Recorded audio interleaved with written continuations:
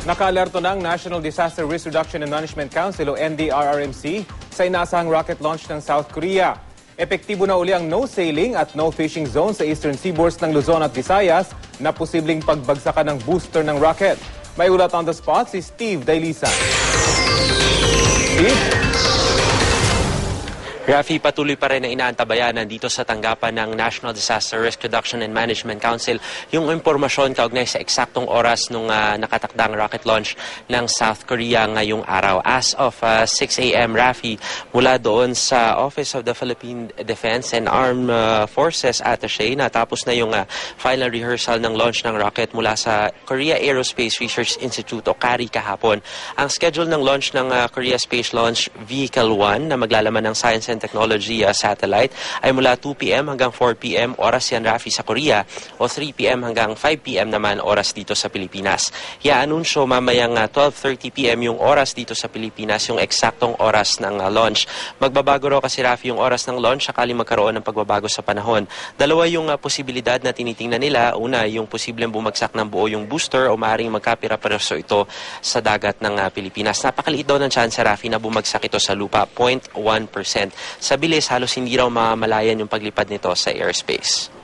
Actually, hindi mo makita ito kung mag-disintegrate into pieces. Dahil sa bilis niya. Makita mo lang ito kung gabi, kung buo.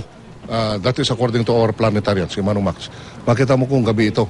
Dahil sa bilis niya, parang kung ito yung kometa.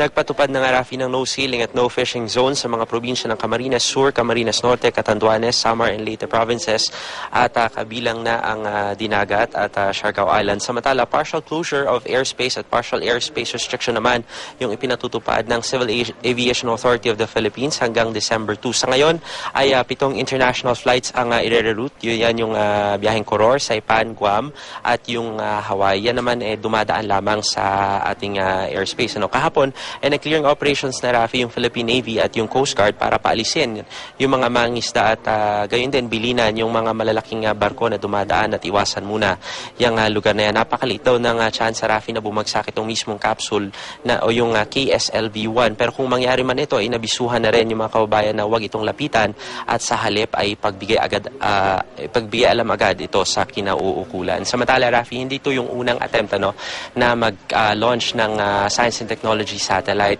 Nagkaroon ng unang attempt noong 2009, nasundan niya noong 2010, nagpahinga lamang sila noong 2011 at ito na nga yung third attempt para makapag-launch ng Science and Technology satellite itong South Korea. Hindi lamang daw sila makikinabang dito, kundi maging yung iba pang mga bansa doon sa research and information, gayon din yung scientific exploration. Wala raw dapat ikabahala yung mga kababayan natin, Rafi, dahil matagal nang pinaghandaan itong aktibidad na ito. Rafi. Steve, nabanggit ba ng NDRRMC kung ilang oras aabutin kapag nag-launch na yung rocket sa South Korea bago makarating sa airspace ng Pilipinas?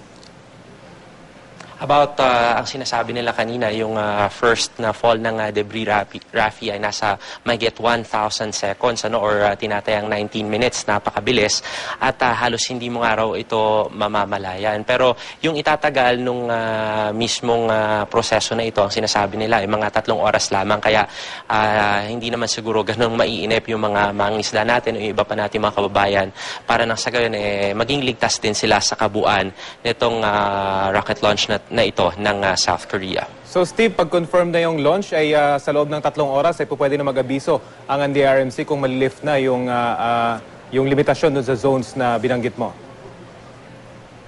Tama ka dyan, Rafi. Sa loob ng 3 oras, pag nakumpirma na mamayang 12:30 kung ano yung eksaktong oras na isasagawa itong rocket launch na ito, sa loob ng 3 oras, between 3 to 5 dito sa Pilipinas, ay agad nang i-anunsyo ng NDRRMC kung pwede na bang i-lift itong no sail o no fishing zone sa mga area na yan. Gayun din yung kaapay, magbibigay din sila ng impormasyon kaugnay naman doon sa binanggit natin na restriction doon sa airspace, Rafi. Okay, maraming salamat, Steve Dailisan.